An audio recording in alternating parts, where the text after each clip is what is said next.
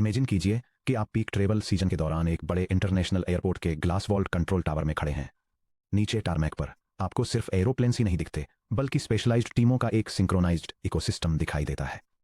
Flight dispatchers arrivals और departures को coordinate करते हैं, ग्राउंड क्रूज टैक्सी कर रहे एयरलाइनर्स को डेजिग्नेटेड गेट्स की तरफ डायरेक्ट करते हैं, फ्यूलिंग टीमें हाई कैपेसिटी टैंकरों के साथ आती हैं, और high speed baggage conveyor networks underground tunnel के जरिए लगेज पहुंचाते हैं।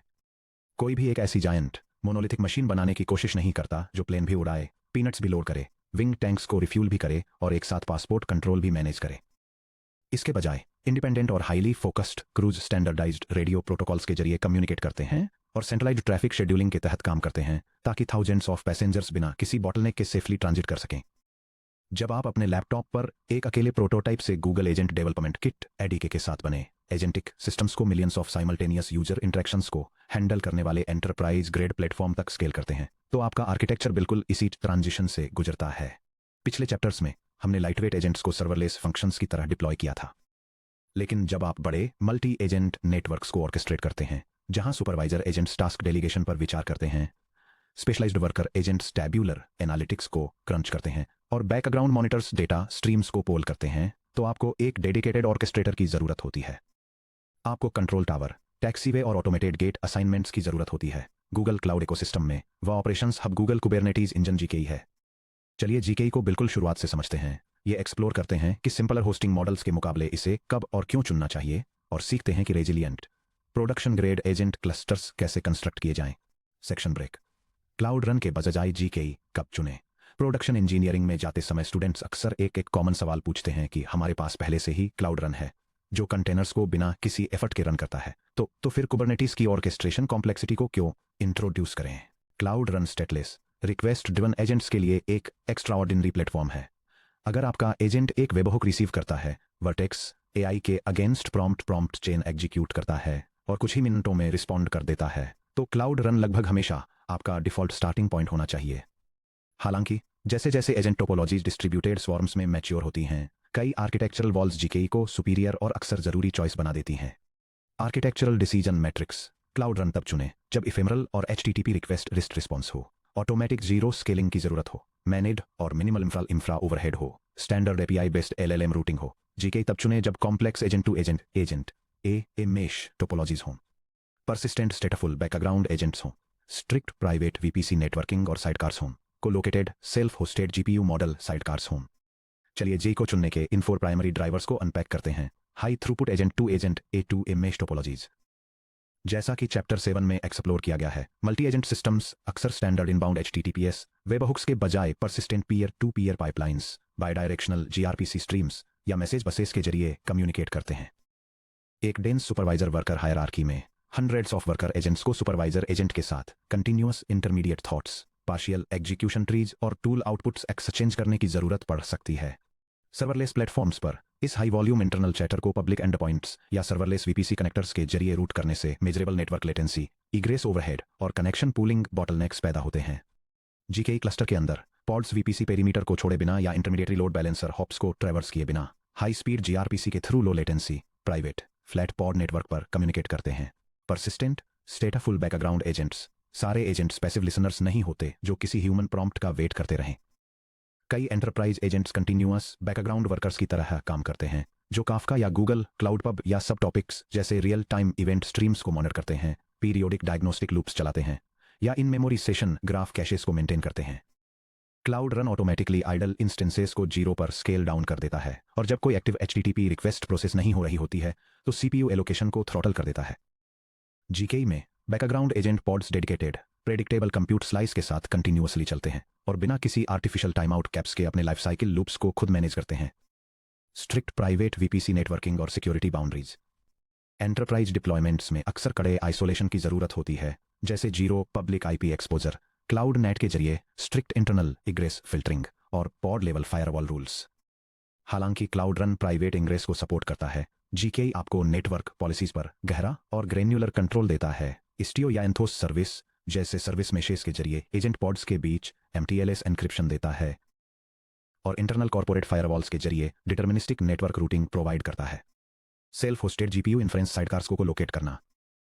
हालांकि आपकी primary reasoning chains vertex AI API के जरिए जेमिनी 1.5 प्रो का यूज कर सकती हैं, लेकिन प्रोडक्शन आर्किटेक्चर अक्सर तेजी से token token classification, guardrail verification या सेमांटिक कैशिंग के लिए जेमा 2 या फाइन ट्यून्ड एम्बेडिंग मॉडल्स जैसे छोटे स्पेशलाइज्ड ओपन वेट्स मॉडल्स का इस्तेमाल करते हैं। जीके आपको अटैच्ड एनवीडिया L4 या 100 जीपीयू के साथ नोड पूल्स प्रोविजन करने की अनुमति देता है, जिससे आप VLLM या ओलामा जैसे लाइटवेट इन्फ्रेंस इंजन को सीधे अपने एडीके एजेंट पॉड के साथ लोकल साइडकार कंटेनर के रूप में चला सकते हैं और लोकल यूनिक्स सॉकेट्स या लोकल होस्ट पर सिंगल डिजिट मिलीसेकंड इन्फ्रेंस हासिल कर सकते हैं। Section break. Multi agent architectures के लिए core GKE building blocks. GKE को मास्टर करने के लिए आपको तुरंत सभी 50+ कुबरनेटिस रिसोर्स टाइप्स याद करने की जरूरत नहीं है। आपको बस यह समझने की जरूरत है कि प्राइमरी कुबरनेटिस प्रिमिटिव सीधे एक एडीके एजेंट सिस्टम के कंपोनेंट्स से कैसे मैप होते हैं। कुबरनेटिस पॉड का डायग्राम। पॉड के अंदर एक एडीके एजेंट कंटेनर जो ऐप या जीआरपीसी के लिए पोर्ट 8080 पर सुपरवाइजर या वर्कर के रूप में काम कर रहा है, इंटरनल स्पैन्स को ओटेल साइडकार पॉड को फॉरवर्ड करता है जो पोर्ट 4317 पर ओटीएलपी जीआरपीसी के लिए टेलीमेट्री कलेक्टर के रूप में काम कर रहा है। पोर्ट 4317 पर लोकल होस्ट के जरिए इस पॉड को एक डिप्लॉयमेंट के जरिए मैनेज किया जाता है जो डिजायर्ड रेप्लिका स्टेट को रिप्रेजेंट करता है, और एक क्लस्टर आईपी सर्विस जो स्टेबल डीएनएस रूटिंग प्रोवाइड करती है। यहां बताया गया है कि एयरपोर्ट ऑपरेशंस की एनालॉजी आपके एजेंट क्लस्टर से कैसे मैच करती है। Pods the work crew deployment की एटॉमिक यूनिट है। एक पॉड एक या एक से अधिक को लोकेटेड कंटेनर्स को रिप्रेजेंट करता है जो same network namespace local host और स्टोरेज वॉल्यूम्स शेयर करते हैं। हमारे एडीके सिस्टम्स के लिए एक पॉड में आमतौर पर हमारे Python based एडीके agent run time के साथ एक ओपन टेलीमेट्री कलेक्टर साइडकार भी होता है। डिप्लॉयमेंट्स द रोस्टर मैनेजर एक डिक्लेरेटिव कंट्रोलर है जो ये स्पेसिफाई करता है कि किसी भी समय आपके एजेंट पॉड की कितनी आइडेंटिकल कॉपीज यानी रेप्लिकाज चलनी चाहिए। अगर कोई एजेंट किसी अनहैंडल रीजनिंग लूप एक्सेप्शन या आउट ऑफ मेमोरी एरर की वजह से क्रैश हो जाता है तो डिप्लॉयमेंट कंट्रोलर तुरंत दूसरे अवेलेबल गेट यानी वर्कर नोड पर एक रिप्लेसमेंट पॉड स्पिन अप कर देता है। Services the gate and intercom system pods ephemeral होते हैं। जब भी वे रिस्टार्ट या रीशेड्यूल होते हैं तो उनके इंटरनल आईपी एड्रेस बदल जाते हैं। एक कुबरनेटिस सर्विस एक permanent stable internal DNS name provide करती है, जैसे http://adkworker-service.agents.svc.cluster.local, और उस नाम के पीछे सभी हेल्दी वर्कर पॉड्स में ऑटोमेटिकली ट्रैफिक लोड बैलेंस करती है। Config maps and secrets the flight plans and security badges executable code से कॉन्फ़िगरेशन को डिकपल करना एक कोर 12 फैक्टर ऐप प्रिंसिपल है। Config maps non sensitive runtime parameters को store करते हैं, जैसे system prompt template versions, temperature thresholds, model names और target tool endpoints. Secret sensitive credentials जैसे थर्ड पार्टी एपीआई कीज या डेटाबेस कनेक्शन स्ट्रिंग्स को environment variables या एनक्रिप्टेड फाइल वॉल्यूम्स के रूप में सीधे पॉड में सिक्योरली माउंट करते हैं। Section break. साइडकार आर्किटेक्चर्स के जरिए ऑब्जर्वेबिलिटी। पॉड में ओपन टेलीमेट्री। सब टॉपिक 11.2 में हमने कॉम्प्लेक्स एजेंट वर्कफ्लोज में डिस्ट्रीब्यूटेड ट्रेसिंग की क्रिटिकल जरूरत को समझा था। जब एक supervisor agent 3 asynchronous worker agents को स्पॉन करता है तो टेलीमेट्री एक्सपोर्ट ओवरहेड से एजेंट रनटाइम को धीमा किए बिना हम उनके एग्जीक्यूशन ग्राफ्स को एक साथ कैसे जोड़ते हैं। हम साइडकार पैटर्न का यूज करते हैं।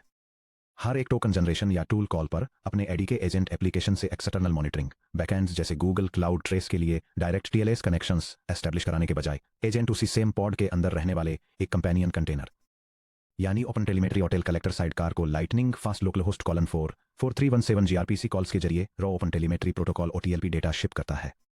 एडीके supervisor pod diagram. ADK agent runtime main container gRPC का इस्तेमाल करके लोकल होस्ट पोर्ट 4317 के जरिए ओटेल कलेक्टर साइडकार कंटेनर से कनेक्ट होता है। इसके बाद sidecar batched cloud trace API के जरिए गूगल क्लाउड ट्रेस को डेटा भेजता है। ओटेल कलेक्टर साइडकार स्पैन्स को एसिंक्रोनसली एक्सेप्ट करता है, उन्हें मेमोरी में बफर करता है। कुबरनेटिस क्लस्टर मेटाडेटा जैसे pod name, namespace, node identity के साथ उन्हें एनरिच करता है, पेलोड्स का बैच बनाता है और पॉड के inherited Google cloud workload identity credentials का यूज करके उन्हें जीसीपी क्लाउड ट्रेस और क्लाउड लॉगिंग में रिलायबली पुश करता है। अगर क्लाउड ट्रेस में कोई ट्रांजिएंट नेटवर्क जिटर आता है तो साइडकार आपके एजेंट के रीजनिंग लूप को फ्रीज किए बिना रिट्राइज और बैक ऑफ को हैंडल कर लेता है। Section break. Production grade manifests. Multi agent cluster deploy करना। चलिए इन आर्किटेक्चरल कॉन्सेप्ट्स को working production ready Kubernetes manifests में बदलते हैं। हम एक एंटरप्राइज रेडी कॉन्फ़िगरेशन डिफाइन करेंगे जिसमें शामिल हैं डिप्लॉयमेंट.yml, explicit resource requests, health probes और सिक्योरिटी कॉन्टेक्स्ट के साथ एक dual container pod, ADK supervisor agent plus open telemetry collector sidecar, सर्विस.yml, इंट्रा क्लस्टर राउटिंग के लिए एक stable internal cluster IP service, hpa.yml, real time agentic workload metrics के basis पर एजेंट फ्लीट को डायनेमिकली स्केल करने वाला एक horizontal pod auto scaler. 1. The pod manifest डिप्लॉयमेंट.yml। यह कुबरनेटीज डिप्लॉयमेंट मैनिफेस्ट एक हाई अवेलेबिलिटी प्रोडक्शन सर्विस से सेट अप करता है जो एक open telemetry collector sidecar container के साथ साथ एक प्राइमरी सुपरवाइजर एजेंट के 3 इंस्टेंसेस रन करता है। यह रूट एक्सेस को रोकने के लिए कंटेनर सिक्योरिटी गाइडलाइंस कॉन्फ़िगर करता है, सीपीयू और मेमोरी रिसोर्स बाउंड्स एस्टैब्लिश करता है, ऑटोमेटेड लाइवनेस और रेडीनेस हेल्थ चेक्स डिफाइन करता है और प्रोमेथियस मीट्रिक कलेक्शन और डिस्ट्रीब्यूटेड ट्रेसिंग इंटीग्रेशन को इनेबल करता है। स्टूडेंट्स के लिए manifest deep dive, 0 down time, max unavailable equals 0। Updates के दौरान जीके तब तक किसी पुराने सुपरवाइजर पॉड को नहीं हटाएगा जब तक कि नया रिप्लेसमेंट पॉड अपने रेडीनेस चेक पास नहीं कर लेता। सिक्योरिटी कॉन्टेक्ट्स, ध्यान दें, run as non root equals true. Enterprise environments में एजेंट्स को कंटेनर के अंदर कभी भी रूट प्रिविलेजेस के साथ एग्जीक्यूट नहीं होना चाहिए जिससे आपके underlying nodes container escape exploits से सुरक्षित रहें। Liveness versus readiness probes. Readiness probe यह टेस्ट करता है कि क्या एजेंट ने इनिशियलाइज करना फिनिश कर लिया है। फॉर एग्जांपल स्कीमा लोड करना, डेटाबेस पूल्स एस्टैब्लिश करना। अगर यह फेल हो जाता है तो जीके टेम्परेरी रूप से पॉड को सर्विस लोड बैलेंसर से हटा देता है ताकि उसे कोई ट्रैफिक न मिले। लाइवनेस प्रोब यह टेस्ट करता है कि क्या एजेंट प्रोसेस डेडलॉक्ड या फ्रोजन है। अगर यह बार बार फेल होता है तो जीके कंटेनर को ऑटोमेटिकली टर्मिनेट और रिस्टार्ट कर देता है। Section break. The internal service manifest service.yml worker agents या एक्सटर्नल एपीआई गेटवे को हमारे सुपरवाइजर पूल में टास्क भेजने की अनुमति देने के लिए हम एक internal cluster IP service define करते हैं। यह कुबरनेटीज कॉन्फ़िगरेशन फाइल एक एजेंट सिस्टम नेमस्पेस के अंदर एक इंटरनल क्लस्टर सर्विस को डिफाइन करती है। यह HTTP ट्रैफिक और टेलीमेट्री मैट्रिक्स को अंडरलाइंग सुपरवाइजर एप्लीकेशन तक रूट करने के लिए डेडिकेटेड नेटवर्क पोर्ट्स एक्सपोज करती है। यह सिंपल मैनिफेस्ट एक इंटरनल वर्चुअल आईपी और डीएनएस नेम एडीके सुपरवाइजर सर्विस.एजेंट system.svc.cluster.local क्रिएट करता है।